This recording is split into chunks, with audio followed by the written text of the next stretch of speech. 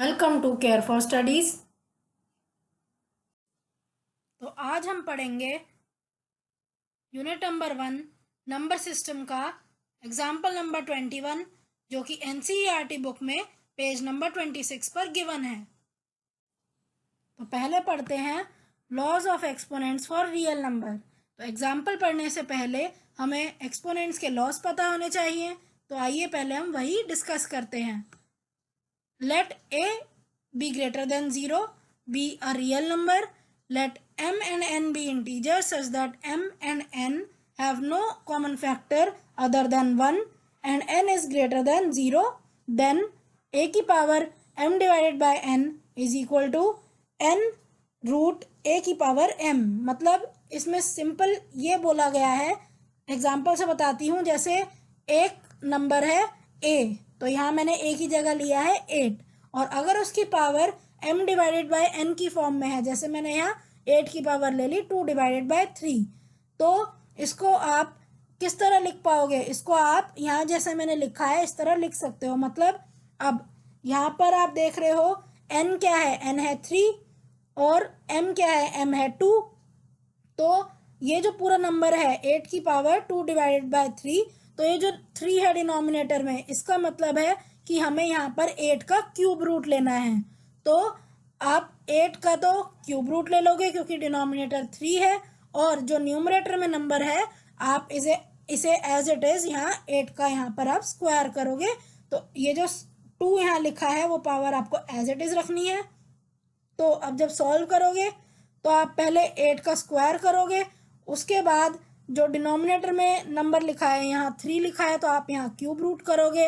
अगर यहाँ नीचे डिनोमिनेटर में 2 लिखा होता तो आप जो नंबर आएगा उसका आप स्क्वायर रूट करते। तो जो भी डिनोमिनेटर में नंबर लिखा हो उस हिसाब से आप कैलकुलेशन में प्रोसीड करोगे। तो यहाँ पे आप क्या करोगे, पहले तो 8 स्क्वायर करोगे, उसके बाद जो नंबर आया, क्या नंबर आएगा यहाँ आएगा 8 का स्क्वायर होता है 64 और 64 का अब आप क्यूब रूट करो। तो क्यूब रूट करने पर क्या आएगा, 64 का अगर हम क्यूब रूट करें तो आता है 4। तो कोई भी क्वेश्चन आए तो आप उसमें इस तरह प्रोसीड करोगे। तो next is let a be greater than 0 be a real number and p and q be rational number. Then we have first is a की power p multiplied by a की power q is equal to a की power p plus q। मतलब अगर आपके पास एक number है a जो कि एक नॉन नेगेटिव नंबर है, मतलब जो नेगेटिव नंबर नहीं है और ना वो 0 है, और p और q रैशनल नंबर है, तो यहाँ p और q क्या हो सकते हैं, ये नेगेटिव नंबर भी हो सकते हैं, पॉजिटिव नंबर भी हो सकते हैं, पर ये रैशनल नंबर्स हैं। तो क्या होगा, आप यहाँ पर प्रॉपर्टी लगा सकते हो, अगर a की पावर p दिया है और वो मल्टीप्लाई किया गया है a की पावर q के साथ, मतलब यहाँ बेस सेम है लेकिन जो पावर है वो अलग है। तो ऐसे क्वेश्चन में जहाँ पर बेस सेम होता है पर पावर अलग है तो आप उसमें बेस को कॉमन लेकर जो पावर्स हैं उनको आप ऐड कर देते हो। तो आप यहाँ यही करोगे, a की power p multiplied by a की power q is equal to a की पावर p प्लस q। तो आप p और q दोनों पावर्स को ऐड कर दोगे और बेस आप वही रहने दोगे जो आप पहले आपने लिया है। सेकेंड इज a की पावर p और होल ब्रैकेट में जो पावर है वो है q। तो अगर इस तरह दिया हो तो बेस तो वही रहता है लेकिन जो पावर है ब्रैकेट के बाहर और जो ब्रैकेट के अंदर, वो पावर आपस में मल्टीप्लाई हो जाती हैं। तो यहाँ पर आ जाएगा आंसर a की power p q. Next is a की power p divided by a की power q is equal to a की पावर p माइनस क्यू। अब यहाँ पर बेस सेम है लेकिन अब ये जो दोनों नंबर्स हैं ये डिवीजन में है। जैसे आपने यहाँ a पार्ट देखा था, वहाँ पे ये जो दोनों टर्म्स थी a की पावर p और a की पावर q, ये दोनों मल्टीप्लिकेशन में थी, लेकिन यहाँ पर ये जो दोनों टर्म्स हैं ये दोनों डिवीजन में हैं। तो जब इस तरह डिवीजन में दो टर्म्स होती हैं जहाँ पर बेस सेम हो और पावर अलग हो, वहाँ पर जो पावर्स हैं वो सब्ट्रैक्ट हो जाती हैं। मतलब न्यूमरेटर की पावर में से आप डिनोमिनेटर की पावर को सब्ट्रैक्ट कर दोगे। तो यहाँ आंसर आ जाएगा a की पावर p माइनस क्यू।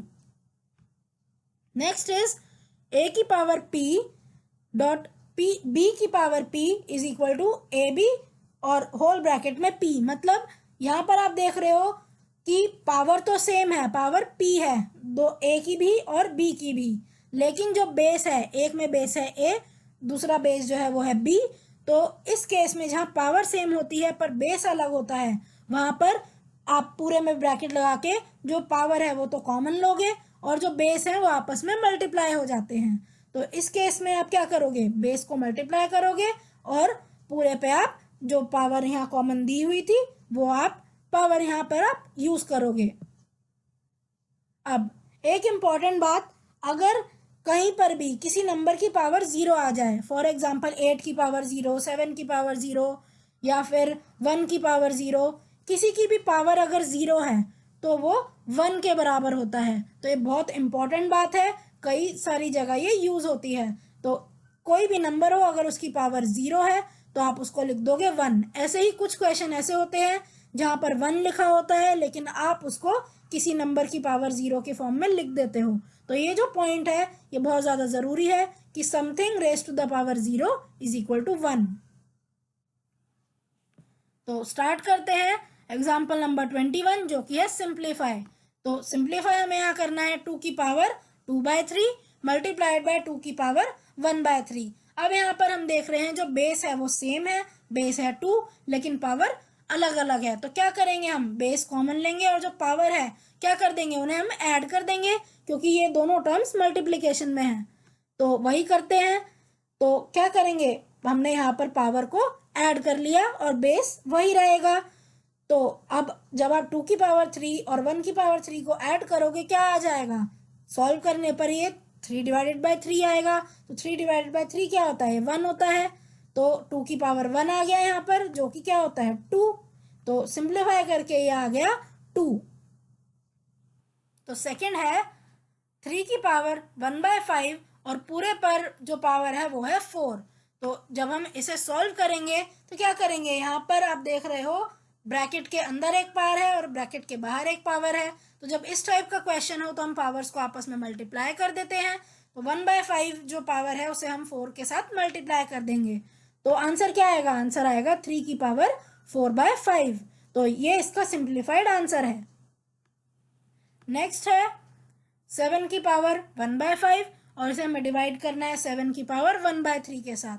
तो आप यहाँ क्या देख रहे हो, इस क्वेश्चन में पावर अलग है लेकिन बेस सेम है और दोनों टर्म्स डिवीजन में है।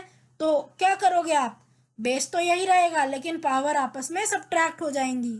तो मैंने कहा था न्यूमरेटर वाली पावर में से डिनोमिनेटर वाली पावर को माइनस करना है। तो 1/5 माइनस 1/3 करेंगे। अब ये करने के लिए हमें यहाँ एलसीएम लेना पड़ेगा और एलसीएम लेके सॉल्व करेंगे। एलसीएम आएगा 15 और सॉल्व करोगे तो क्या आएगा 3 - 5 डिवाइडेड बाय 15। अब और सॉल्व करोगे तो क्या आंसर आ जाएगा 7 की पावर -2 डिवाइडेड बाय 15। अब आप यहाँ ये भी कर सकते हो, पावर को अगर आपको पॉजिटिव करना है तो आप यहाँ रेसिप्रोकल ले लो, वरना आप इस आंसर को यहाँ पर भी छोड़ सकते हो। नेक्स्ट इज 13 की पावर 1/5 मल्टीप्लाइड बाय 17 की पावर 1/5। अब ये जो क्वेश्चन है इसमें पावर सेम है, बेस अलग है। तो हम इसमें क्या करेंगे, ये जो पावर है यहाँ पर वो कॉमन ले लेंगे और जो बेस है उसे हम मल्टीप्लाई कर देंगे, मतलब 13 मल्टीप्लाइड बाय 17 करेंगे और पावर यही रहेगी 1/5। तो 13 मल्टीप्लाइड बाय 17 कितना होता है, मल्टीप्लाई करेंगे तो आएगा 221 और पावर यही रहेगी 1 divided by 5। So this is the simplified answer of the above question. So thank you for watching. आज की क्लास के लिए सिर्फ इतना ही। अगर आपको हमारी वीडियो पसंद आई हो तो इसे लाइक करें, इसे शेयर करें और हमारे चैनल को सब्सक्राइब करें and hit the bell icon, जिससे हम जब भी एक नई वीडियो डालें तो आप तक नोटिफिकेशन सबसे पहले पहुंचे। Thank you. आप अपने डाउट्स, सजेशंस और आपको जिस भी टॉपिक पर वीडियो चाहिए हमें कमेंट करके बताएं।